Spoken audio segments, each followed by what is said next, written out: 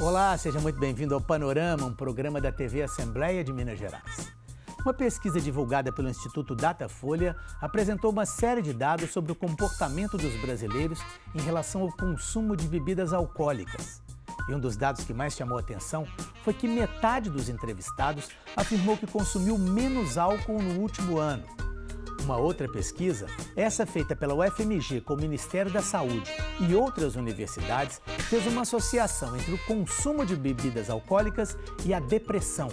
Foram analisados dados da Pesquisa Nacional de Saúde, a PNS, e o comportamento de homens e mulheres com sintomas depressivos e que afirmaram ter consumido álcool em excesso em uma única ocasião. O alcoolismo, suas causas, consequências e formas de prevenção são assunto do Panorama que começa agora.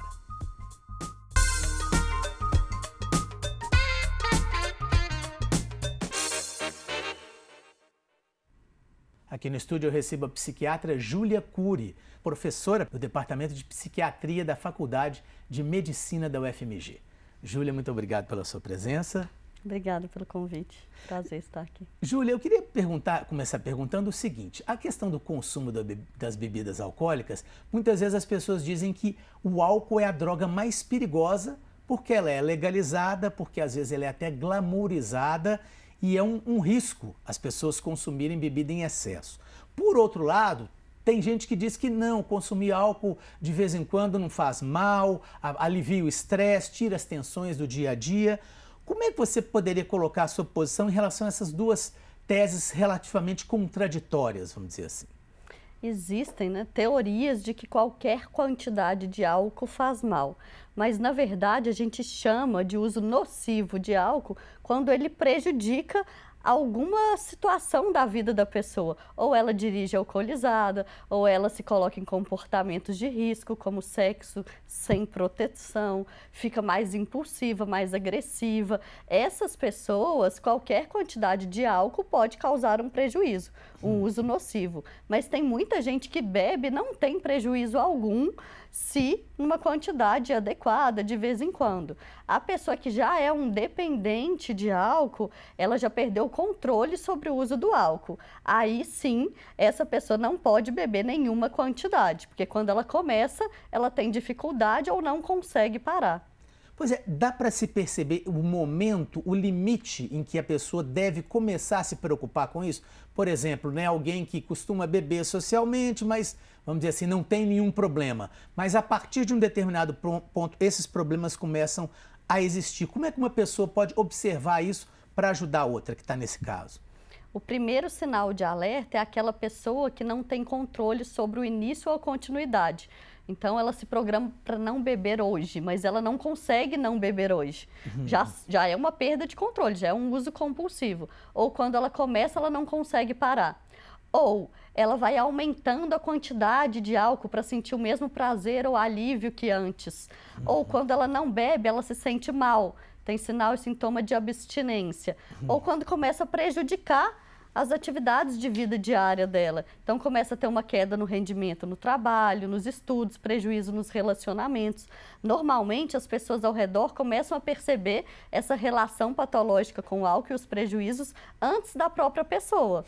E aí, elas costumam avisar, e pedir para a pessoa procurar ajuda, alertar essa pessoa que o álcool já pode estar sendo um problema para a vida dela, e não só um uso para diversão, por exemplo. Pois é, o que é mais perigoso, vamos dizer assim, é aquela pessoa que bebe muito e não consegue parar, mas bebe de vez em quando, em determinadas situações, ou aquela que não consegue ficar sem o álcool, aquela, como você disse, que fala, não, vou beber só amanhã, mas aí hoje já bebe, não, vou ficar 2 dias sem beber, mas acaba bebendo. Uma coisa ou outra tem o mesmo peso aí no perigo da pessoa se tornar uma pessoa alcoolista? Os dois tipos de uso são prejudiciais. Essa pessoa que não bebe todo dia, mas quando bebe, bebe demais, isso chama beber em binge, que são 4 doses ou mais em uma ocasião em mulheres, ou 5 doses ou mais numa ocasião em homens. O beber em binge, além de ser perigoso, porque a pessoa se expõe a situações de risco, como dirigir alcoolizado, ficar mais impulsivo, é um fator de risco para no futuro se tornar um dependente. E a pessoa que bebe todos os dias, mesmo bebendo todos os dias, ela pode não ser um viciado. Uma pessoa, por exemplo, que toma uma taça de vinho todos os dias após o almoço.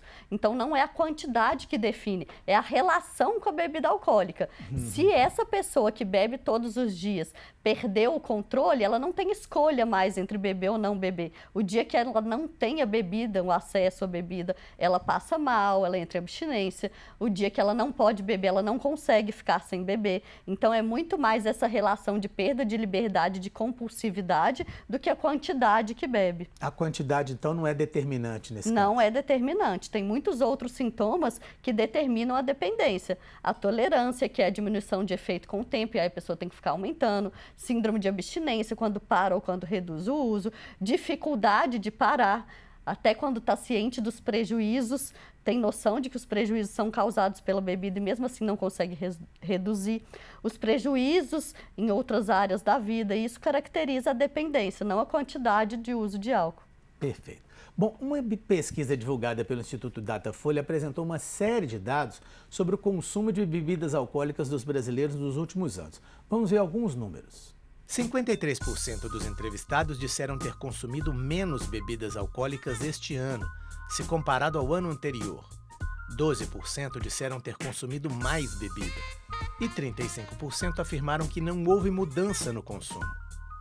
Perguntados se beberam ou não na semana anterior à pesquisa, 36% disseram que não beberam. 19% afirmaram que consumiram até 2 doses. 16% entre 3 e 5 doses. 13% entre 6 e 10 doses. 10% consumiram mais de 11 doses na semana anterior à pesquisa. E 5% não responderam. A grande maioria, 81%, considerou que bebeu uma quantidade adequada e 19% admitiram que beberam em excesso. Essa questão da quantidade, você disse que não é tão importante, mas o fato de uma pesquisa dessa ter mostrado que mais da metade dos entrevistados bebeu menos, chega a ser uma boa notícia em relação à população em geral? Não é que a quantidade não é importante, mas é que ela não é determinante para falar se é um vício ou não. Mas, quanto mais a pessoa bebe, mais ela tem chances de desenvolver uma dependência. E essa redução do consumo de álcool é muito importante, porque diminui a chance, a probabilidade das pessoas se tornarem dependentes. Principalmente jovens, que têm a tendência de desenvolver dependência mais rapidamente do que os adultos, por exemplo, porque eles ainda têm um cérebro mais imaturo. Outro dado ali interessante, 81% diz que não, eu bebo tranquilamente, eu acho que o que eu bebo é suficiente. Só 19% admitiram que bebem em excesso. Isso pode ser vamos dizer assim, um domínio maior sobre a bebida, ou seja, eu sei quanto eu devo beber, ou talvez uma falta de noção, já que a maioria ali diz que bebe mais de 3 doses, mais de 4 doses, mais de 5 doses. Me parece que é mais uma falta de consciência, uma falta de conhecimento do que é um abuso do álcool ou não. Porque como na nossa cultura é muito difundida a bebida alcoólica, é muito normal que as pessoas confraternizem usando bebida alcoólica, todos os locais, todas as comemorações envolvem o álcool, as pessoas normalizam isso na sociedade. Então, o parâmetro de ser muito ou pouco é distorcido na nossa sociedade. Parece que é falta de noção da quantidade mesmo, que é ideal, né? Perfeito. Bom, um outro dado interessante apontado pela pesquisa é sobre os motivos que levam as pessoas a não consumirem álcool. Veja só. 34% não bebem por causa de possíveis danos à saúde. 21% não gostam do sabor. 13% alegam motivos religiosos. 8% têm histórico familiar de dependência. 7% dizem ter medo. Outros 7% não gostam do comportamento de pessoas alcoolizadas. E 3% não têm interesse em beber. Nesse caso, algum desses números aí surpreende de alguma forma? Quer dizer, alguns não gostam, outros têm alguns motivos. O que me chamou a atenção ali é gente que não bebe porque já teve pessoas na família que tiveram problemas com o álcool. Como é que são hoje os motivos que aparecem para as pessoas decidirem não beber? Claro, esse é um deles, né? Muito significativo. A pessoa que teve um familiar que foi viciado em álcool, ela passou por muitas situações constrangedoras de sofrimento e até traumáticas com essas pessoas, então elas não querem perpetuar isso na família delas, né? Para os filhos, enfim.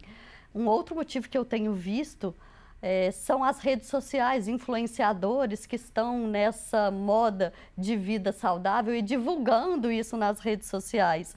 Então, eles divulgam que eles não bebem porque o álcool incha, porque não dá efeito na academia, como quando não se bebe, divulgando alimentação saudável, um estilo de vida saudável, e o fato de não beber entra nesse estilo de vida saudável que eles estão divulgando. Isso influencia muito as pessoas, principalmente os jovens. Eu acho que esse motivo está fazendo cair muito. Além da saúde, a pressão estética tem feito diminuir-se o uso de álcool. Você falou nisso, a gente tem aí para mostrar justamente que nas redes sociais tem crescido, né, esse movimento dos influenciadores expondo a experiência de parar de beber. A gente achou alguns, olha só. Hoje completa exatamente 1 ano desde que eu decidi parar de beber e eu queria trazer para vocês o que eu mais aprendi nesses 365 dias. Para quem não se lembra, nessa época, no ano passado, a gente estava tendo a Copa do Mundo e depois do primeiro jogo, eu fiquei um pouco assustada com a quantidade de álcool que eu tava bebendo. Nesse dia eu bebi 1,5 litro, porque eu lembro que foram 3 pints de 500 ml cada. E eu já vinha um pouco incomodada com a quantidade de álcool que tava na minha vida. E quando eu digo que eu bebia muito, é porque eu bebia muito. O álcool é a única droga, entre aspas, que você tem que se explicar por não consumir. Toda vez que você parar de beber, você vai chegar num rolê e vai falar, eu não tô bebendo, e as pessoas vão começar a pedir justificativa pra você. Então fala, mas por que você não tá bebendo? Você tá doente? Se for mulher, vai perguntar se tá grávida. É sempre assim, tá? Então você sempre vai ter que se explicar do porquê que você não bebe. O pior de tudo é que a galera ainda enche o saco tentando te forçar a beber. Quando você para de beber, você começa a experienciar outros tipos de passeio, outras experiências que são completamente diferentes daquilo que você fazia antes. A minha mente mudou. Tá aqui um ponto completamente interessante. Meus pensamentos, eles se tornam outros, forma mais clara de pensar. Muito louco isso, gente. O seu raciocínio, ele fica mais rápido e isso, às vezes, se torna um pouco assustador diante de algumas pessoas. Porque as pessoas não estão habituadas com isso. De verdade, gente. É interessante porque a gente encontrou vários, a gente selecionou esses, mas a gente encontrou vários depoimentos de jovens justamente nessa, vamos dizer assim, dizendo que não vale a pena beber e, como você colocou aí, questão estética, questão de saúde. Você tem visto isso efetivamente entre a população jovem e isso está colaborando para diminuir o consumo? Com certeza. Foi o que aconteceu com o tabagismo há alguns anos atrás. Há muitos anos era moda, todo mundo fumava, era chique, era bonito. Nos filmes as mulheres fumavam e eram elegantes, os homens também, eram poderosos por fumar. Depois foi caindo o tabagismo, a partir do momento que a população começou a se conscientizar dos prejuízos que isso causava. Com a bebida alcoólica começou um pouco depois, mas foi um movimento muito parecido. No começo era legal beber, todos os jovens bebiam, essa população foi envelhecendo, foram se vendo os prejuízos causados pela bebida alcoólica, aumento de doenças no fígado, no coração, demência, na memória, prejuízos no sono, e aí aumentando a conscientização e também essa pressão por estética, os novos jovens começaram a beber menos e tem trazido esse movimento, também impulsionado pelas redes sociais. Você acredita que isso tende a continuar? Acredito que sim, acredito que a partir do momento que as pessoas forem se sentindo melhor bebendo menos ou não bebendo, isso vai se difundindo e esse movimento vai aumentando. No caso de uma das entrevistadas ali e outras que a gente encontrou também, está havendo um comportamento de pausa de bebida por um determinado período. Não, eu estou há 1 ano sem beber, eu vou ficar sem beber durante 6 meses. Essa pausa e um eventual retorno, isso pode prejudicar de alguma forma? Ou vale a pena essa tentativa? Enfim, traz mais benefícios ou nem tanto? Para quem tem vício em álcool, é recomendado a pausa. Porque se a pessoa voltar a beber, ela vai voltar para o padrão de uso anterior, que a gente chama de recaída. Então, quem é dependente, a alteração no cérebro é para sempre. Então, qualquer momento que ela voltar a beber, ela volta a ser um viciado mesmo, com todos aqueles prejuízos. Para quem não tem um vício, a pessoa pode sim beber de vez em quando, numa quantidade menor, contanto que não gere prejuízos para a vida dela quando ela beber. E um outro caso curioso é do rapaz que disse ali que quando a pessoa, às vezes, ela tem que justificar por que não bebe. Eu, particularmente, nunca bebi, eu raramente bebo e ao longo do tempo, realmente, as pessoas estranhavam. Hoje, a tendência é que as pessoas talvez não estranhem mais. Ainda tem, né, pessoas que se incomodam dependendo do ambiente que você frequenta, dependendo da faixa etária, dependendo do tipo de programa, né, se for num bar. Mas, normalmente, as pessoas ainda precisam de justificar. Mas a aceitabilidade de beber menos ou de não beber tem aumentado. Perfeito. Bom, uma outra pesquisa feita pelo UFMG em parceria com outras universidades e com o Ministério da Saúde buscou encontrar uma ligação entre o consumo de álcool relacionado com os sintomas de depressão das pessoas que bebem. A gente conversou com uma das pesquisadoras sobre as conclusões do estudo. Olha só. Quando a gente vai olhar essa relação entre o consumo de álcool e depressão, a gente já observa uma relação, uma maior presença do consumo de álcool entre as mulheres, consumo abusivo de álcool entre as mulheres. E quando a gente vê comportamentos que são relacionados ao consumo de álcool entre esses indivíduos, né, aqui relatando que todos têm depressão, a gente já tem esses comportamentos mais associados a homens, principalmente como a questão do comprometimento relacionado ao consumo de álcool, né? O comprometimento vai ser muito relacionado a não conseguir executar tarefas diárias, não conseguir ir para o trabalho ou fazer atividades escolares, atividades do dia a dia. E também aqueles comportamentos relacionados ao apagão após o consumo de bebidas alcoólicas, ou seja, é um consumo extremo, né, de bebidas alcoólicas, levando aí ao comprometimento de atividades de vida diária e também induzindo aí a apagões, né? Então, sendo esse consumo abusivo entre pessoas com depressão. Bom, ela coloca ali algumas coisas que me chamam a atenção na fala dela em relação ao aumento do consumo de bebida alcoólica pelas mulheres. E também a esses efeitos aí que a gente já conversou, né, de os efeitos pós-bebida, tanto de homens como de mulheres. Quando isso é associado a alguém que já tem problemas ligados à depressão, a situação fica mais grave ainda, não é isso? Fica mais grave. Historicamente, os homens sempre beberam mais do que as mulheres. E era mais aceito os homens beberem. Ultimamente, as mulheres têm aumentado o consumo de álcool. Então, tem se existido uma aceitação maior para as mulheres beberem. Então, apesar de os homens ainda beberem mais, o aumento está sendo maior entre as mulheres. E essas doenças psiquiátricas, principalmente a depressão, são um fator de risco para o desenvolvimento do alcoolismo, porque a pessoa usa o álcool como uma automedicação para aliviar sentimentos negativos, aliviar a angústia. Só que esse alívio é muito breve. Quando passa o efeito da bebida alcoólica, a tristeza, a depressão vem pior do que estavam antes. E essa relação é bidirecional. Tanto a depressão aumenta o risco de aumento do consumo do álcool, quanto o alcoolismo aumenta a chance de desenvolver depressão, porque altera os neurotransmissores do cérebro, a pessoa produz menos neurotransmissor, dopamina, serotonina, noradrenalina. Então, mesmo a pessoa que não era deprimida, depois que ela começa a beber muito, ela tem mais chance de desenvolver depressão.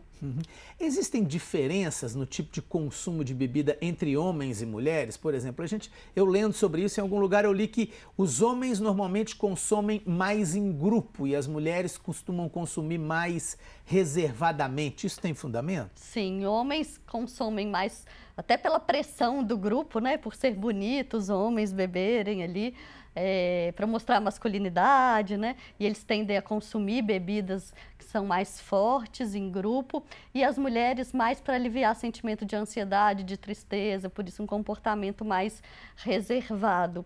Os homens, além disso, têm uma tolerância maior ao álcool, ou seja, eles precisam beber mais para ter um efeito que as mulheres normalmente têm bebendo menos. Isso é explicado pelo tipo de diferença do corpo humano mesmo, né? A mulher tem mais gordura e menos água no corpo. O homem tem mais músculo e mais água. Então, bebendo a mesma quantidade, o nível de álcool no corpo da mulher fica mais alto que o do homem. Por isso que elas costumam ficar bêbadas mais rapidamente e podem ter mais prejuízos com uma menor quantidade de bebida.